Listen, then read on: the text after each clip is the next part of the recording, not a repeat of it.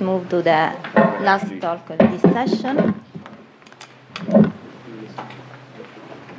I'm going to actually play the video prepared by my co-author.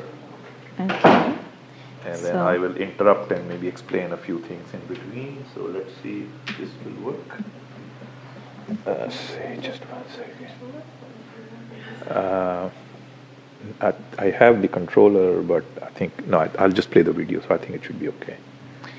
Okay, so we will now move to learning.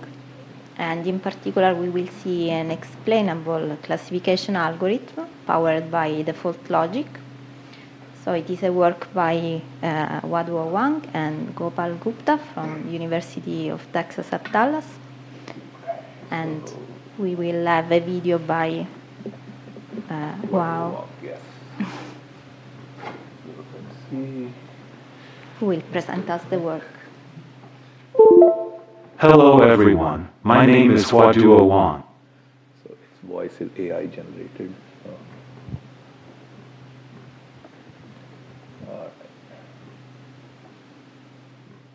Hello everyone, my name is Huaduo Wang. My co-author is Gopal Gupta. We will introduce a new efficient rule-based machine learning algorithm with scalable explainability. FoldR++ is a scalable inductive learning algorithm for default rules. It generates an explainable normal logic program rule set for classification tasks.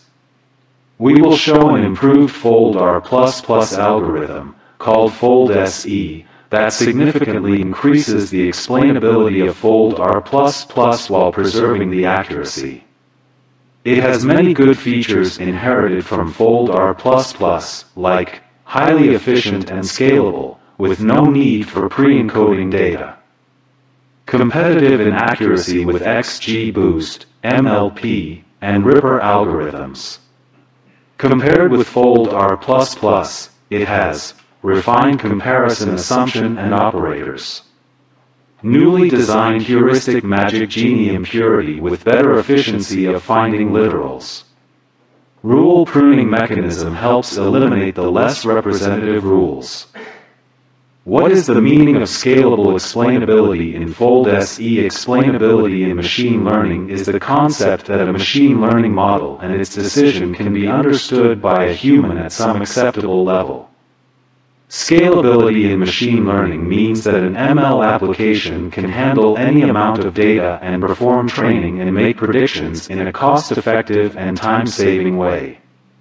Scalable explainability means that a generated machine learning model always makes sense to human users regardless of the size of its training input. For the FoldSE algorithm, scalable explainability means that the number of rules and literals should stay small.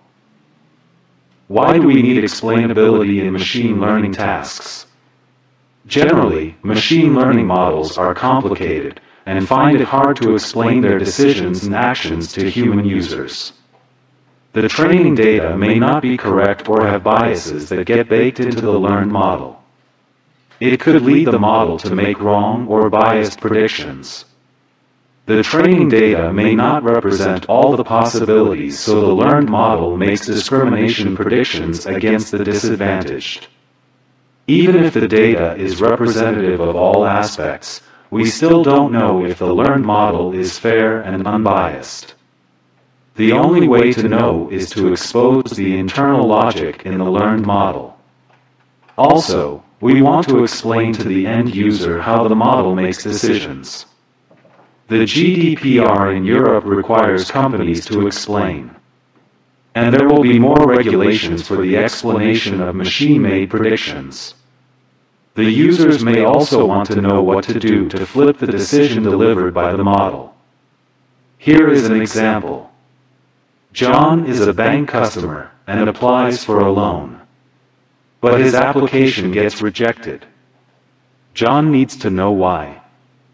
The bank executive needs to know the reason too, perhaps to make business-related decisions.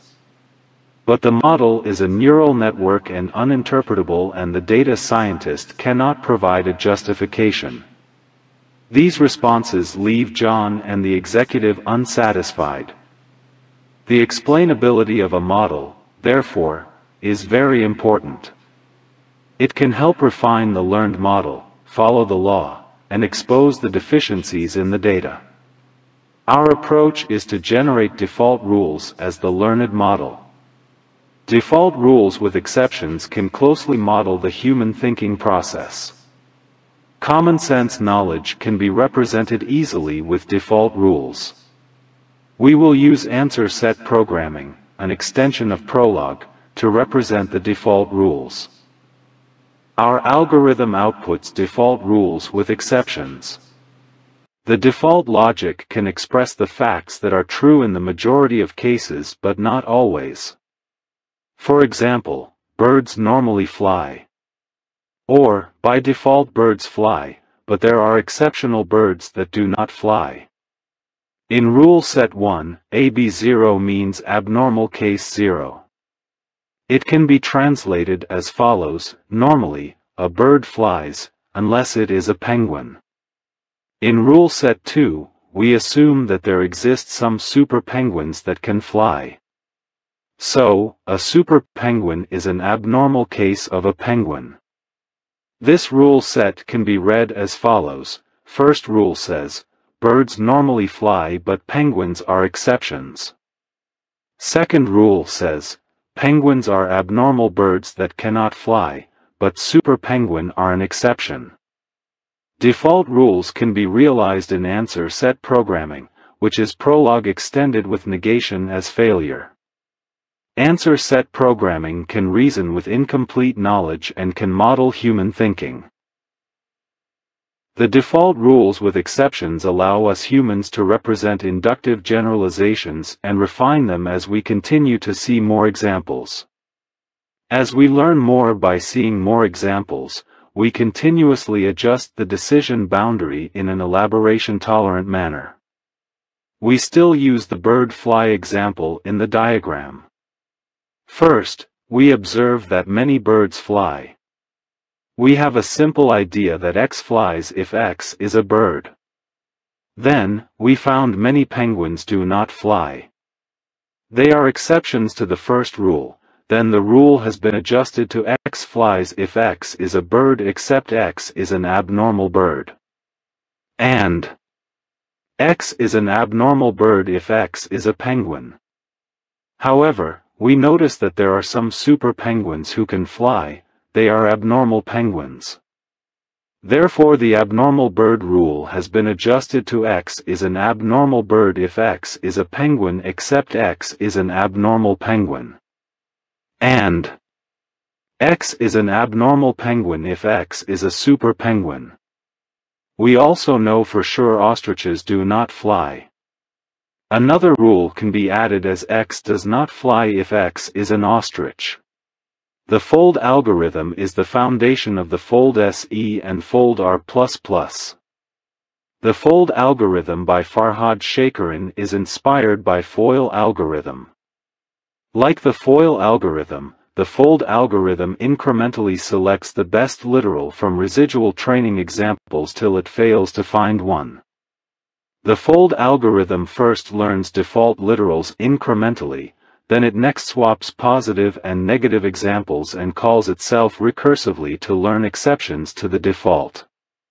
It continues this process to learn exceptions to exceptions, then exceptions to exceptions to exceptions, and so on.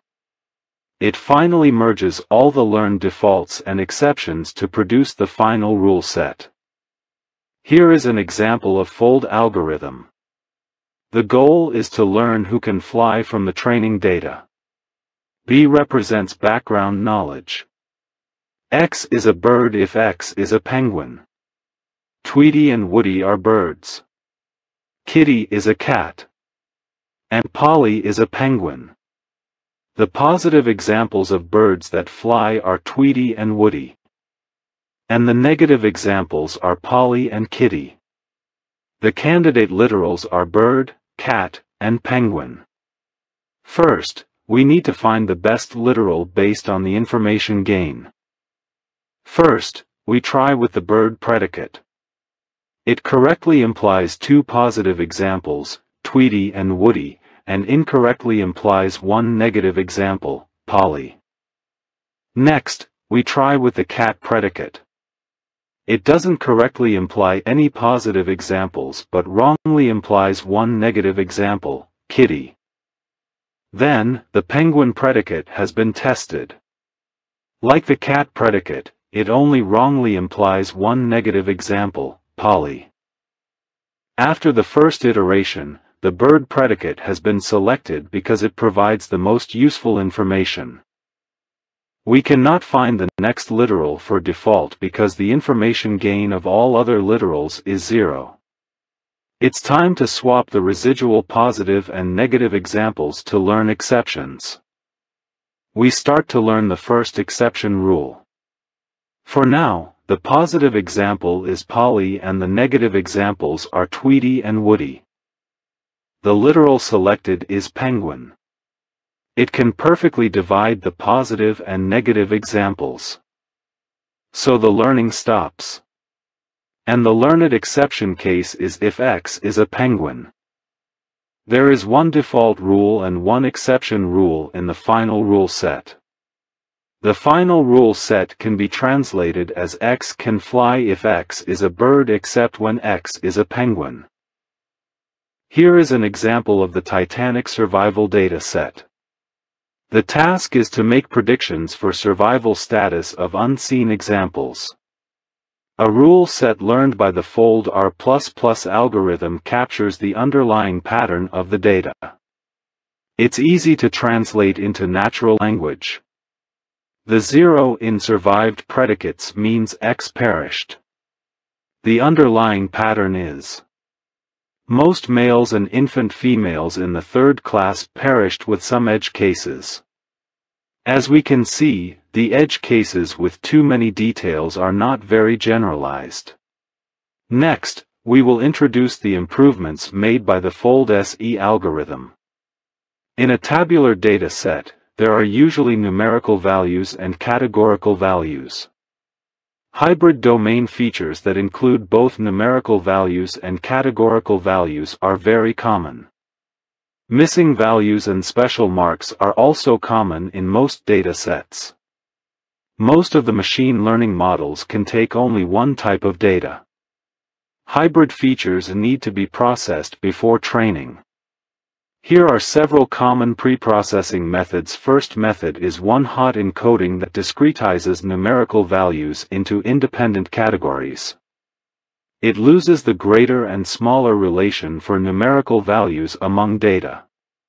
Second method is label encoding, which encodes categorical values into integers.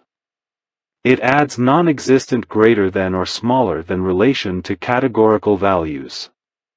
It is wrong in most cases. Third method is to discard data records. This leads to information loss, especially when most of the examples are hybrid.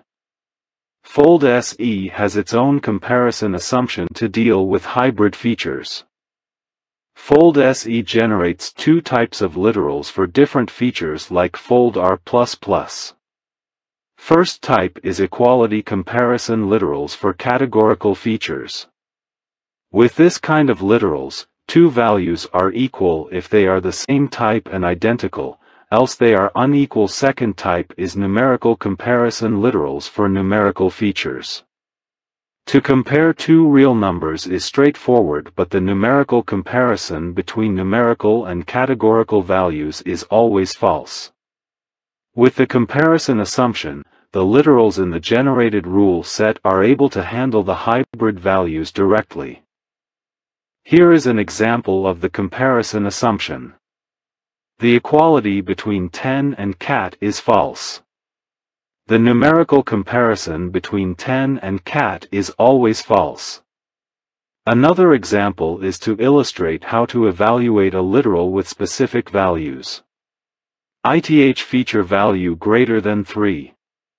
The positive examples 4, 5 have been classified into true positive category because they are greater than 3. The positive examples 3x, y have been classified into false negative category because 3 is not greater than 3 and the numerical comparison between categorical value and 3 is false. The negative examples 1, 2, 3, y, z have been classified into true negative category because 1, 2, 3 are not greater than 3 and the numerical comparison between categorical value and 3 is false. Heuristic in the literal selection process are critical to the explainability of a rule set. Because it has an impact on the number of literals and rules generated, comprehending more literals needs more effort on the part of humans. Information gain, Gini impurity, chi-square are widely used heuristics for splitting nodes in decision tree algorithms. We have created a new heuristic based on Gini impurity for fold SE. We call it Magic Gini Impurity. It improves the explainability of fold R++. Experiments show that Magic Gini Impurity has similar performance as information gain on decision tree algorithms. But it significantly reduces the number of generated literals with equivalent accuracy for fold R++. This is the comparison experiment of Magic Gini Impurity and widely used heuristics on decision tree algorithms. As we can see, the Magic Gini Impurity has similar performance as information gain. This is the comparison experiment of Magic Gini Impurity on fold R++ algorithm. Compared with original fold R++ with information gain. The Magic Gini Impurity greatly reduces the number of generated rules and predicates, especially for larger data sets. Here is an example of a rule set generated.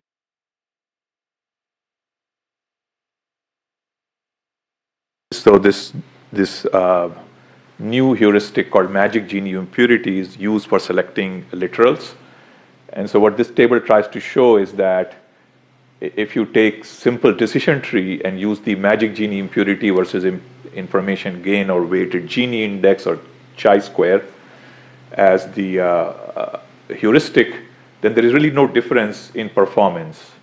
The difference in performance comes when you try to learn default rules. Then Magic Gini Impurity shows dramatic improvement. So if you look at across any row, then the number of nodes generated in the decision tree is more or less comparable.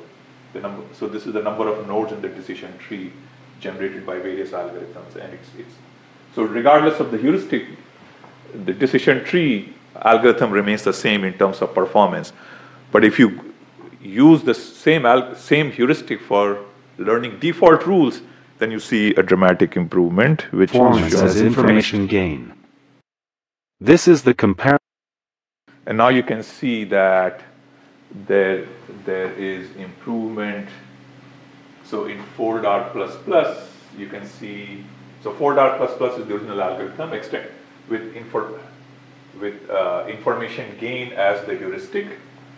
And this is the one with MGI. And you can see now the number of rules starts reducing, especially for large data sets. So it goes from 69 rules to 18 rules. From 48 rules to 14 rules. So these number of rules have a decimal value because it's an average over 10 runs. You take the average number of rules generated. So using MGI or Magic Gini Impurity with default rules, where you're learning default rules rather than decision trees, makes a big difference. So that's the point of this slide. Comparison experiment of Magic Gini Impurity on fold R++ algorithm. Compared with original fold R++ with information gain. The Magic Gini Impurity greatly reduces the number of generated rules and predicates, especially for larger data sets. Here is an example of a rule set generated by fold R++ for the adult income dataset. As we can see, there are 9 rules with 24 literals in the rule set.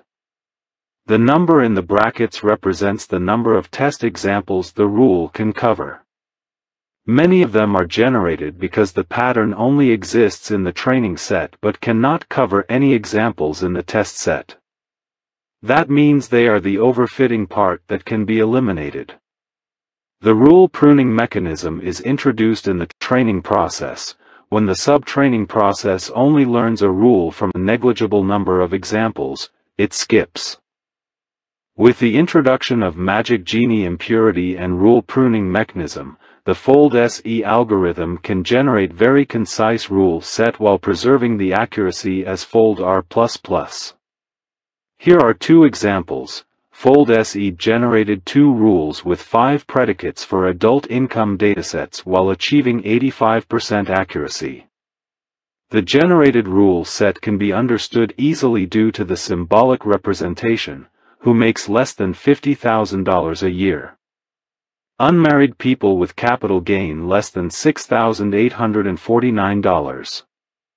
Married people with a capital gain of less than $5,013 and an education level not over 12. The other example is the Titanic survival data set. Fold-SE generated 2 rules with 4 predicates while achieving 99% accuracy. The rules are very straightforward.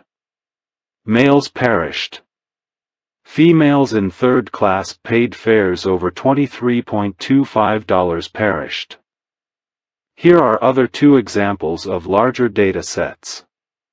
As we can see, the Fold-SE algorithm also generated straightforward rules. This is the comparison experiment with Ripper algorithm and Fold-R++. Fold-SE algorithm generates equivalent or better accuracy rule sets than Ripper and Fold-R++. Fold-SE algorithm generates much smaller rule sets compared with the other 2 algorithms, especially on large datasets. You can see the improvement that Fold-SE brings over Fold-R++, and the other algorithm, which is Ripper, has been around for 20-30 years. So you can see, for example, for the larger data sets, like rain in Australia at the bottom, which has, the data set has 145,000 rows and 24 features. The accuracy is 0.63 for Ripper, but for Fold-SE, and the number of rules generated is 180. And these 180 rules contain 776 predicates on average.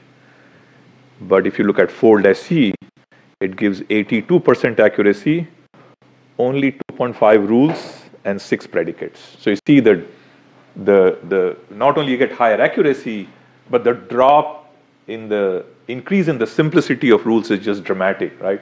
Imagine trying to understand a model which is described using 180 rules versus just 2 or 3 rules, right? So you'd see the difference. And I think this was illustrated in the previous slide where these other data sets, the explanation was given just using 2 rules or 3 rules. So, and that's what is meant by scalable explainability, that no matter how big the data set, you're able to explain it in small number of rules. The number of rules does not increase as your data size increases. Like rain in Australia data set, Fold-SE generates only 2.5 rules with 6.1 predicates, while Ripper generated 180 rules with over 700 predicates, and Fold-R++ generated 48 rules with over 110 predicates. This is the comparison experiment with XGBoost algorithm and multi-layer perceptron. Fold-SE algorithm achieves equivalent accuracy to the other 2 widely used algorithms. However, Fold-SE algorithm doesn't need data pre-encoding, it runs much faster and much more efficiently. The credit card data set has state-of-the-art or traditional algorithms. So XGBoost, if you're familiar, perhaps. This is from the machine learning world. It's a popular algorithm for learning. And multi-layer perceptrons are basically neural networks. And here again, you can see that learning of default rules not only produces, so obviously XGBoost and MLPs are not explainable because they just put out a black box model. So learning default rules has its advantage using this method because you don't have to do this one-hot encoding and pre-process the data.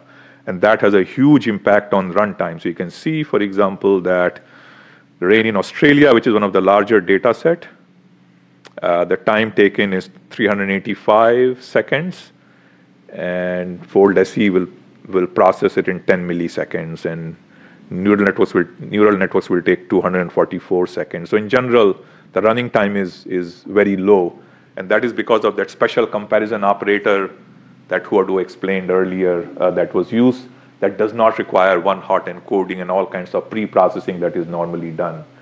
And then because of that, there are many benchmarks that actually data sets that the other algorithms cannot run, because you need much bigger memory. For example, this credit card data set needs 39 GB of memory, whereas Fold SC will only use 53 MB. So you can actually fit this learning algorithm on your cell phone, as opposed to some of the other ones will not. As hybrid features, one-hot encoding needs 38 gigabytes memory. In contrast, Fold SE algorithm only needs 53 megabytes of memory at peak.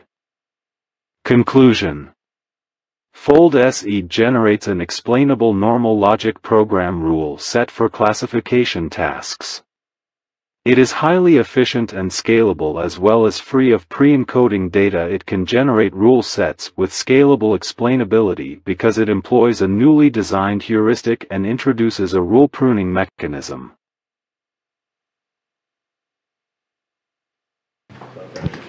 Explain, one more slide and then I'll take questions.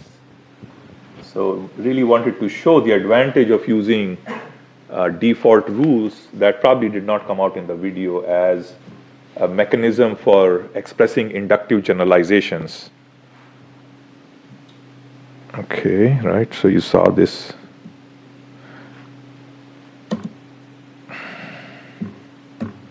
Oh, it's just low. So essentially the idea is to use default rules that was explained several times, right, in the video as a method of expressing inductive generalizations, right? So you generalize, but then there are exceptions, and you learn those exceptions as well. So your generalization is more precise, right? You're inducing that birds fly, normally birds fly, but then you're adding some accuracy by taking into account the exceptions. But then you could have exceptions to exceptions and exceptions to exceptions to, so this algorithm will actually learn exceptions to exceptions, except, you can keep going until you decide to stop because, you're maybe at that point overfitting the data. So I wanted to show the animation. So you have these birds and they all fly, but then you discover that there are birds marked with red points, which are penguins that do not fly. So you have your first decision boundary, and that's what the algorithm will discover using heuristics. Next, you find that there is a subset of penguins that do fly called super penguins. So it will adjust the decision boundary. So move the one penguin that's on the not fly side to the fly side, the green dot. So you have adjusted your decision boundary. And again, you might find that an exception to exception, again, you adjust your decision boundary. So what you're really doing is, right, you have a set of objects and you're dividing them up because you're trying to classify. And then as you discover the exceptions to exceptions, you're basically redrawing that boundary. And all this is reflected in these default rules to the left. And that's what basically the algorithm is doing. And you can see that the results it produces are truly quite phenomenal. And then of course, if you have knowledge that something will definitely not fly, or strict negation, then you can add those rules as well. Okay, now I can take questions if you have any.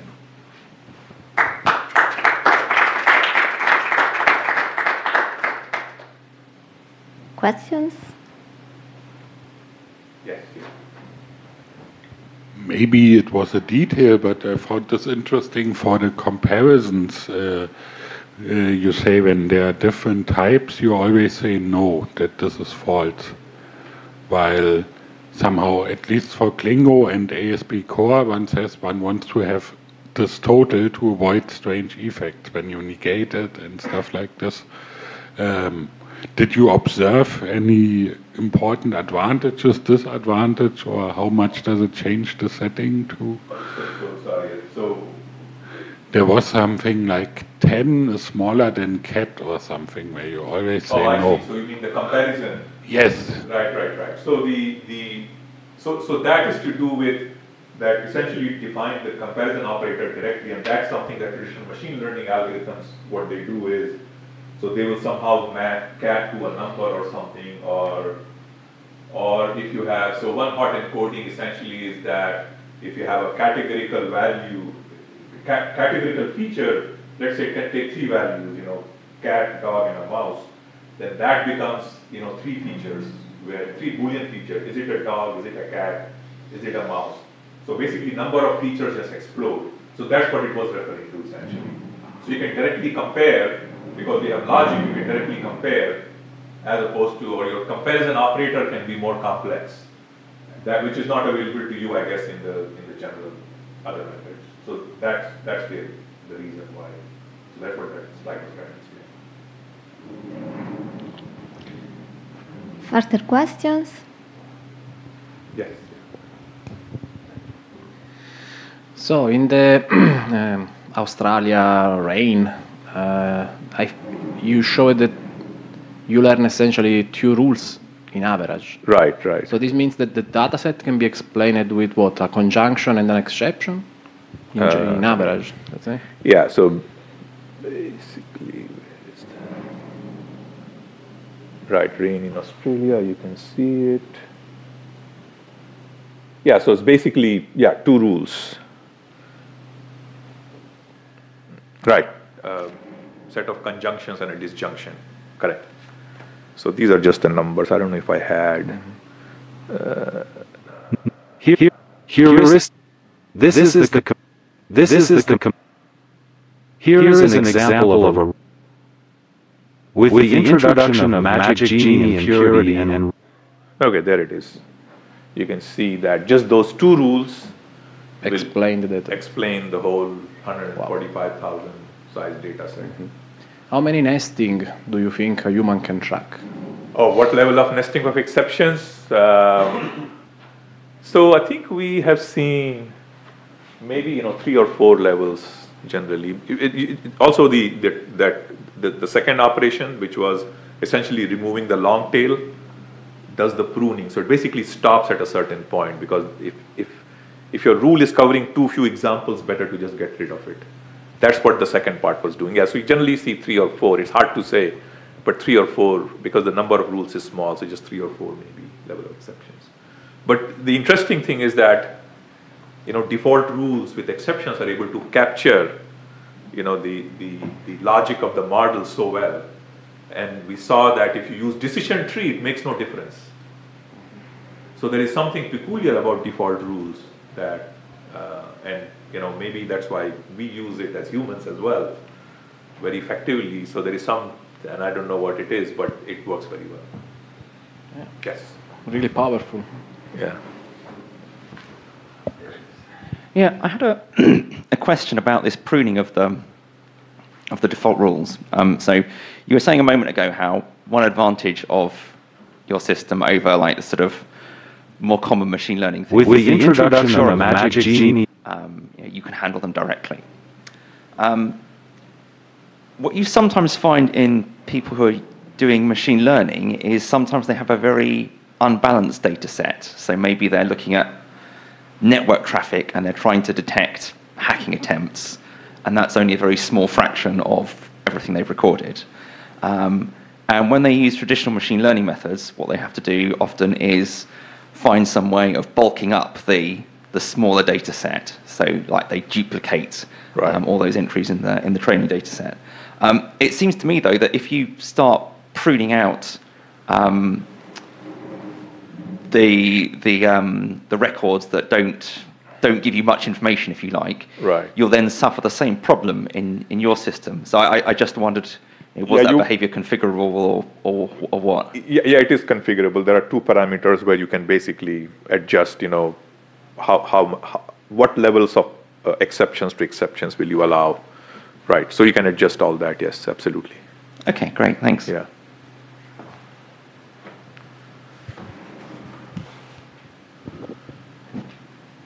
I think there is a question there. I'm just trying to understand better the magic of these rules. So a decision tree, any decision tree, can be represented as a Prolog program anyways, right? And decision trees can have comparisons. You can set up a decision tree so that it says, yes, if this is greater than 5. So how do these horn clauses differ, like syntax? Where's this level of abstraction that they really bring? It's just a representation where what you're really doing is, so if you start pushing the negations into the rule and turn them into, what would be negation normal form, you will get an explosion, right? So it's this representation where you're saying, this whole set satisfies this property, but carve out this exception. Right. And then, as opposed to trying to, decision tree will describe, so essentially if you look at the whole, like that figure, then there are many, the whole thing's divided up into many sets. And the decision tree is describing each set independent of the other. Whereas what the default rules are saying is this whole thing, but carve this out. And then out of this carved stuff, include this part, and of that part. So it's just the mechanics used to describe the set that is making this difference. Yeah. Okay. So negation together with comparisons, you make this abstraction step up. Yes. Yeah. Exactly. Okay. Yes. Okay. Thank you. If you push the negations all the way, you will get this huge explosion in the number of rules. Okay. Similar. Yeah. So that's the secret. Okay. Thank you. Further questions, comments? Okay, I think we can conclude this session here. Okay, thank you. So let's thank again the speaker.